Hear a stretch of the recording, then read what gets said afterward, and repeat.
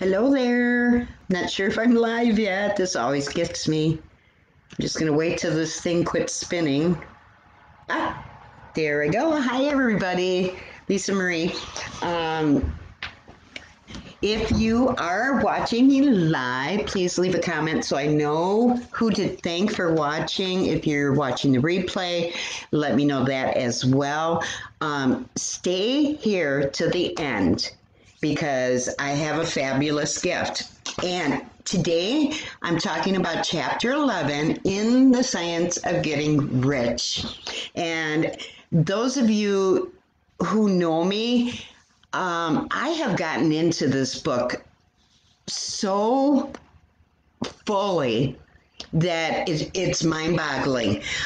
So I want to kind of tell you a little bit about it. Chapter 11 is about acting in a certain way. Okay, all throughout this book we hear doing things in a certain way, thinking in a certain way, doing in a certain way. There's always a certain way and an order of things in which you need to do. So first off, by thinking in a certain way will bring riches to you, but you can't rely on thought alone. After you get that vision in your head and you have got it in so much detail that you are actually feeling yourself in that experience, you are actually seeing it, you're hearing it, you're smelling it, you're tasting it, you're feeling all your emotions around what your end goal wants to be. Do you have an end goal? I mean, what are your hopes and dreams? Leave a comment. Let me know. I'm going to tell you what mine are. And honestly, this really does not have anything to do with money. It doesn't. I think the science of getting rich, once you learn the principles, it is about being a good person. It is by doing things in a certain way. It is by thinking about things in a certain way. And then once you figure out what you want, now you've got to take action. So what do you mean by that? You've got to figure out what do you have to do in order to become that person that you want to become. And I'm going to tell you right out, who I want to become is Robert Hollis. That man is the bomb. Melody Ryba too. I mean, he was, or she was, his best student. Now, if somebody came up to you and told you, you know what, if you read this book right here, you will become rich, what would you think? Would you think, kind of laugh at me or whatever, right? Well, you need to think about this specifically, because if somebody told me, if somebody did tell me, Robert told me, Melody told me, if you can master this book, The Science of Getting Rich, this book was written in 1910, and it's been upgraded a little bit, but the principles and the basics are still the same. Have you heard of Napoleon Hill? How about oh shoot, the guy, the strangest secret, or the strangest secret in the world. I can't remember. Oh, Earl Nightingale. Earl Nightingale made millions off of the book Think and Grow Rich. Where Think and Grow Rich came from was all the principles of the science of getting rich. There is a whole pile, 500, I think, back in 1920 when they were studying this book and trying to figure out with mathematical certainty if this was true. And they found out that it is true. So just by knowing that, Wouldn't you want to read this book? Wouldn't you want to learn it like it was a textbook in school? I mean, wouldn't you want to know every single aspect of that book? That's what I'm doing right now. And I'm on chapter 11. I'm almost through with it. But you know what? I listen or read chapter every single day without fail. And then, see, once you start taking action, you have got to figure out what you got to do in order to become that. So I'm going to tell you what I did. What do you guys think about having a mentor? Have you ever had a mentor? Think back even when you were a kid. And when I was a kid, at 11 years old, my mom and dad signed up for this board. They were the president and then the treasurer of this softball association, fast pitch softball. They played summer league and they played traveling tournaments, and we went to state champions. And I never played on a what do you call it?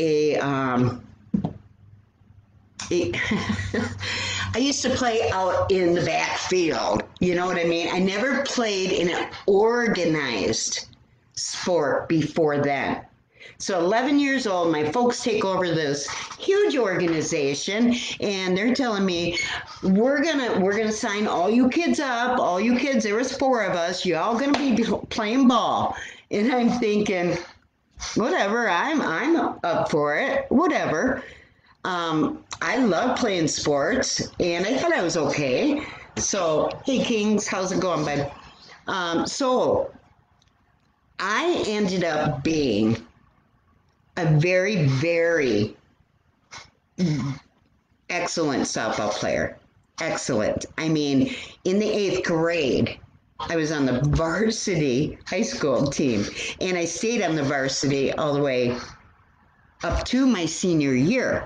In my senior year, when I had all the college scouts looking at me and trying to pick out what school I wanted to go to and this and that, I don't know what happened, but my folks decided, we're moving. We're selling the house. We are moving 500 miles away. I'm like, oh my God. And the first thing I thought of, what about my softball? What about my softball?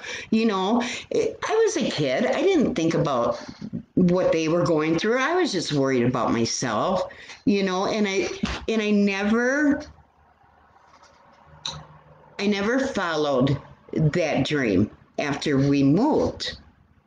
So things happen, you get distracted, you get overwhelmed, things aren't going your way, and all of a sudden that dream just kind of slides away.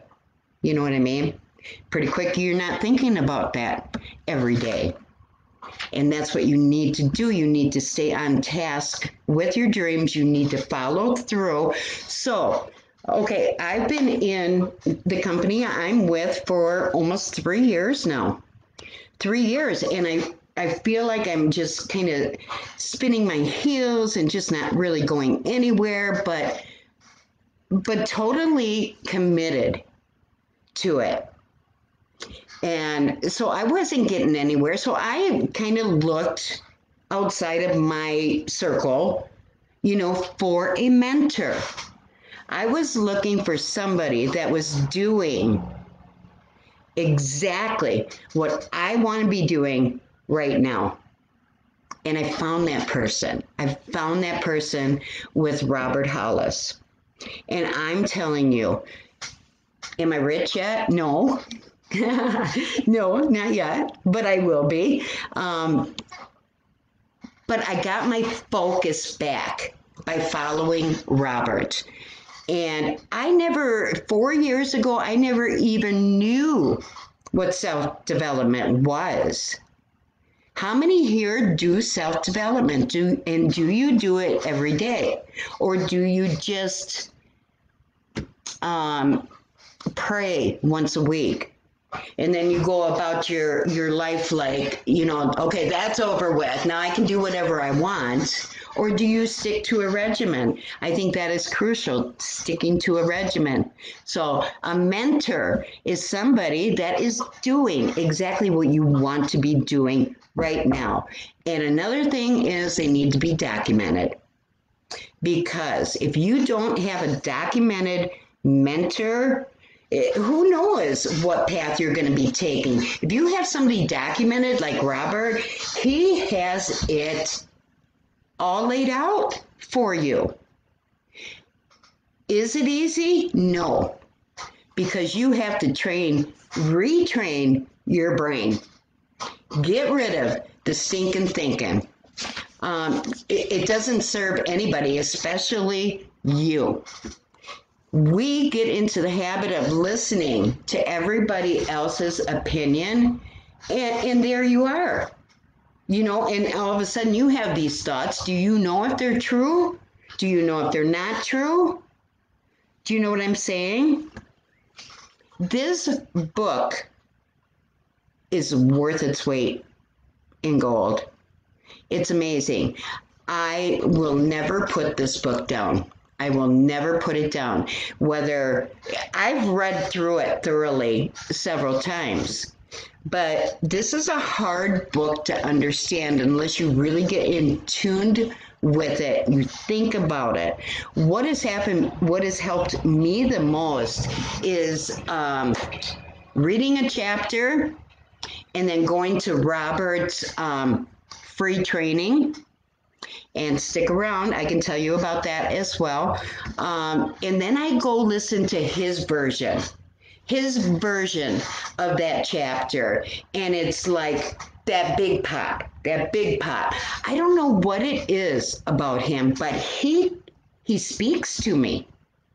I get him, and I get his emotions. I get his feelings, and he's just an awesome guy. And I ended up talking more about Robert than I did the book, but that's okay because Robert teaches this the best.